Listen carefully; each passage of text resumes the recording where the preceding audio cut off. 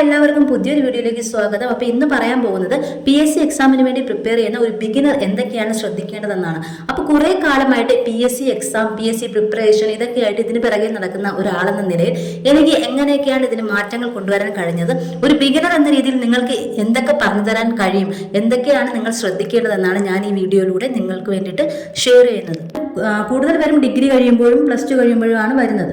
അപ്പോൾ ആദ്യമേ വരുമ്പോൾ ഇവർക്കൊരു ചിന്തയുണ്ട്, അപ്പോൾ ഇത്രയും നാളെ പഠിച്ചുകൊണ്ടിരിക്കുന്ന ഒരുപാട് ഉദ്യോഗാർത്ഥികളുണ്ട്, അപ്പോൾ അവർക്ക് ഇതെല്ലാം പഠിച്ചു വെച്ചിട്ടിരിക്കുകയായിരിക്കും. അപ്പോൾ അവരുള്ളപ്പോൾ നമ്മൾ വെറുതെ കോമ്പറ്റീറ്റ് ചെയ്ത് കഴിഞ്ഞാൽ നമുക്ക് മാർക്കൊന്നും കിട്ടില്ല, നമുക്ക് ലിസ്റ്റിൽ വരാൻ പറ്റില്ല, ജോലി കിട്ടില്ല എന്നൊരു വിഭാഗം ആൾക്കാർ ചിന്തിക്കുന്നുണ്ടായിരിക്കും. എന്നാൽ ഒരു വിഭാഗം ഇതിനെക്കുറിച്ചൊന്നും ചിന്തിക്കുന്നില്ല, അവർ വരുന്നു, പ്രിപ്പയർ ചെയ്യുന്നു, അങ്ങനെ കുറച്ച് ആൾക്കാരും ഉണ്ടായിരിക്കും.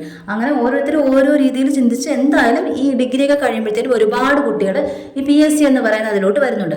എന്നാലും താരതമ്യേന എനിക്ക് തോന്നുന്നു പണ്ടത്തെയൊക്കെ അപേക്ഷിച്ച് ഒരു 3-4 വർഷത്തിന് മുമ്പൊക്കെയുള്ള അപേക്ഷിച്ച് ഇപ്പോൾ ഒരുപാട് കുട്ടികൾ കുറവാണെന്ന് എനിക്ക് തോന്നിയിട്ടുണ്ട്. കാരണം ഇപ്പോൾ വരുന്ന കുട്ടികൾക്ക് വേറെ ലെവലാണ്. കാരണം അവർക്ക് എത്രയും പെട്ടെന്ന് +2 കഴിഞ്ഞിട്ടോ അല്ലെങ്കിൽ ഡിഗ്രി കഴിഞ്ഞിട്ടോ അവർക്ക് വിദേശത്ത് പോവുക, ഇതൊക്കെയാണ് അവരുടെ ലക്ഷ്യം. അപ്പോൾ ഇവിടെ കിടന്ന് ഈ ഗവൺമെൻറ് ജോലിക്ക് വേണ്ടിയിട്ട് അടികൂടാനോ സെക്രട്ടേറിയറ്റിൻ്റെ മുന്നിൽ കിടന്ന് ധർണ നടത്താനോ ഇതിനൊന്നും അവർക്ക് താല്പര്യമില്ല. അപ്പോൾ അവരൊക്കെ കുറച്ചുകൂടി അഡ്വാൻസ്ഡ് ആയിട്ട് ചിന്തിച്ചു തുടങ്ങി കേട്ടോ. ഈ ഗവൺമെൻറ് ജോലി എന്നുള്ള ആ ഒരു ഇത് ഇപ്പോഴത്തെ തലമുറ മീൻസ് ഇപ്പോൾ വരുന്ന കുട്ടികൾക്ക് ഇല്ലെന്നാണ് എനിക്ക് തോന്നിയിട്ടുള്ളത്. അപ്പോൾ എന്നാലും കുറേ ആൾക്കാർ ഈ PSCയുടെ ബാക്കിൽ പണ്ട് മുതലേ കിടക്കുന്നവർ ഇപ്പോഴും അവിടെ തന്നെ ഉണ്ട്. അത് സത്യവും യാഥാർത്ഥ്യവുമാണ്. എന്നാലും കുറച്ച് കുട്ടികളൊക്കെ ഇപ്പോഴും വരുന്നുണ്ട് PSC എക്സാം എഴുതാൻ വേണ്ടിയിട്ട്. അങ്ങനെയുള്ളവർക്ക് വേണ്ടിയിട്ടാണ് ഞാൻ ഈ വീഡിയോയിൽ എന്തൊക്കെയാണ് ചെയ്യേണ്ടതെന്ന് പറയുന്നത്. അപ്പോൾ ചിലവർ ആദ്യം ഈ ഒരു PSC എഴുതാമെന്നൊക്കെ പറഞ്ഞിട്ട് ആദ്യം ഒരു കോച്ചിങ് സെൻറ്ററിൽ ചേരും. ചിലവർ ഇപ്പോൾ ഓൺലൈനായിട്ട് കോച്ചിങ് ഉള്ളതുകൊണ്ട് ഓൺലൈനായിട്ട് ചേരും. ചിലവർ സെൽഫ് സ്റ്റഡി ചെയ്യാമെന്നുള്ളതിൽ വരും. എന്നാൽ ഏറ്റവും കൂടുതൽ പേരും എനിക്കൊന്ന് കോച്ചിങ്ങിൽ ചേരുകയാണ് ചെയ്യുന്നത്. അപ്പോൾ അവരുടെയൊക്കെ ഒരു ചിന്ത ഉണ്ടായിരിക്കും, ഭയങ്കരമായിട്ട് ബുദ്ധി ഉണ്ടെങ്കിൽ മാത്രമേ നമുക്ക് ഈ ഒരു ഡിഗ്രി ലെവൽ എക്സാമോ അല്ലെങ്കിൽ ഒരു ഏതെങ്കിലും ഒരു PSC എക്സാമൊക്കെ നമുക്ക് ക്രാക്ക് ചെയ്യാൻ പറ്റൂ, എങ്കിൽ നമുക്ക് ഭയങ്കര ബുദ്ധി ഉണ്ടായിരിക്കണം എന്നൊരു തെറ്റിദ്ധാരണ എല്ലാവർക്കും ഉണ്ട്. ശരിക്കും പറഞ്ഞാൽ ബുദ്ധിയൊന്നും ഒരു എക്സാം ക്രാക്ക് ചെയ്യുന്നതിൻ്റെ ഒരു മാനദണ്ഡം അല്ല എന്ന് എനിക്ക് പറയാൻ പറ്റുള്ളൂ. ഒരുപാട് ബുദ്ധി ഉണ്ടെന്ന് പറഞ്ഞ് കുറച്ച് പോർഷൻ മാത്രമേ പഠിക്കുന്നുള്ളൂ, ബാക്കി അതിൻ്റെ കണ്ടിന്യൂസ് ആയിട്ട് ബാക്കി പഠിക്കുന്നില്ല, അത് റിവൈസ് ചെയ്യുന്നില്ല എന്നൊക്കെ വന്നു കഴിഞ്ഞാൽ എത്ര ബുദ്ധിയുണ്ടെന്ന് പറഞ്ഞാൽ അവർക്ക് ഒരിക്കലും ഒരു എക്സാം ക്രാക്ക് ചെയ്യാൻ പറ്റില്ല. അതുകൊണ്ട് ഈ ഒരു ചിന്ത ആദ്യം മാറണം. ഒരുപാട് ബുദ്ധിയുള്ളവർക്ക് അല്ലെങ്കിൽ ഭയങ്കര ബുദ്ധിയുള്ളവർക്ക് മാത്രമേ ഈ എക്സാം കിട്ടുകയുള്ളൂ എന്നുള്ള ആ ഒരു ചിന്തയാണ് ഫസ്റ്റ് മാറ്റേണ്ടത്. അപ്പോൾ ആദ്യം നിങ്ങൾ ചെയ്യേണ്ടത് ഇത്തരത്തിലുള്ള നെഗറ്റീവ് ചിന്തകളൊക്കെ എടുത്ത് കളയാൻ. നിങ്ങളിപ്പോൾ PSC എക്സാം എഴുതാൻ വേണ്ടിയിട്ട് പ്രിപ്പറേഷനിലാണ്. അപ്പോൾ അത് ഏറ്റവും ഭംഗിയായിട്ട് മുന്നോട്ട് കൊണ്ടുപോകാൻ, ഏറ്റവും മികവുറ്റതാക്കാൻ നിങ്ങൾക്ക് എന്തൊക്കെ ചെയ്യാൻ കഴിയുമെന്നതാണ് നിങ്ങൾ ആദ്യം നോക്കേണ്ടത്. അപ്പോൾ എന്നെ സംബന്ധിച്ചിടത്തോളം എനിക്ക് പറഞ്ഞു തരാൻ പറ്റുന്നത്, ഞാനിപ്പോൾ ഒരുപാട് നാളായിട്ട് PSC എക്സാമും പ്രിപ്പറേഷനോട്ടൊക്കെ ഇങ്ങനെ പോയിക്കൊണ്ടിരിക്കുകയാണ്. അപ്പോൾ എല്ലാത്തിനും പ്രിലിംസ് കയറുന്നുണ്ട്. ആദ്യമൊന്നും പ്രിലിംസും കയറില്ലായിരുന്നു, പ്രിലിംസും പാസ്സാവില്ലായിരുന്നു.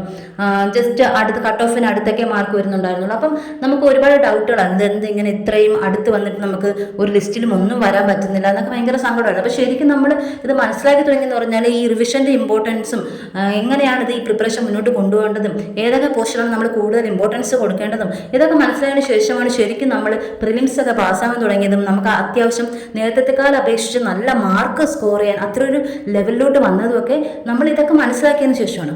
അപ്പോൾ ശരിക്കും ഒരു ബിഗിനർ എന്ന നിലയ്ക്ക് ഇവർ ഇതൊക്കെ അറിഞ്ഞു വരുമ്പോഴത്തേനും ഒരുപാട് നാളാവും.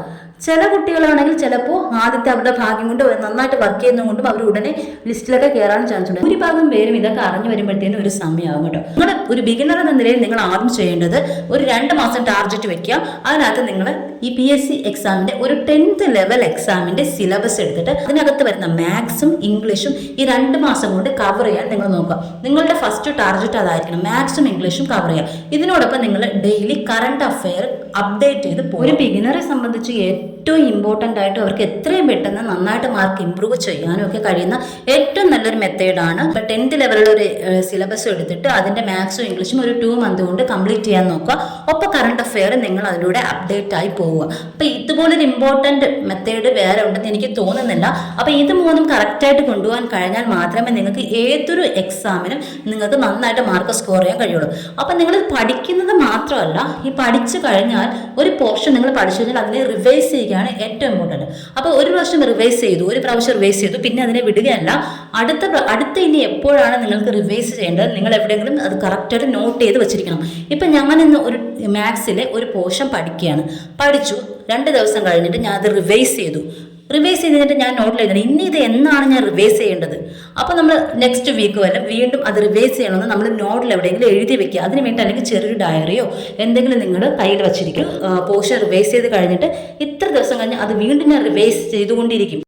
ആ ഒരു രീതി നിങ്ങൾ പിന്തുടർന്നാൽ അത് നിങ്ങൾക്ക് ഭയങ്കര ബെനിഫിറ്റ് ആയിരിക്കുമെന്ന് എനിക്ക് ഉറപ്പാണ്.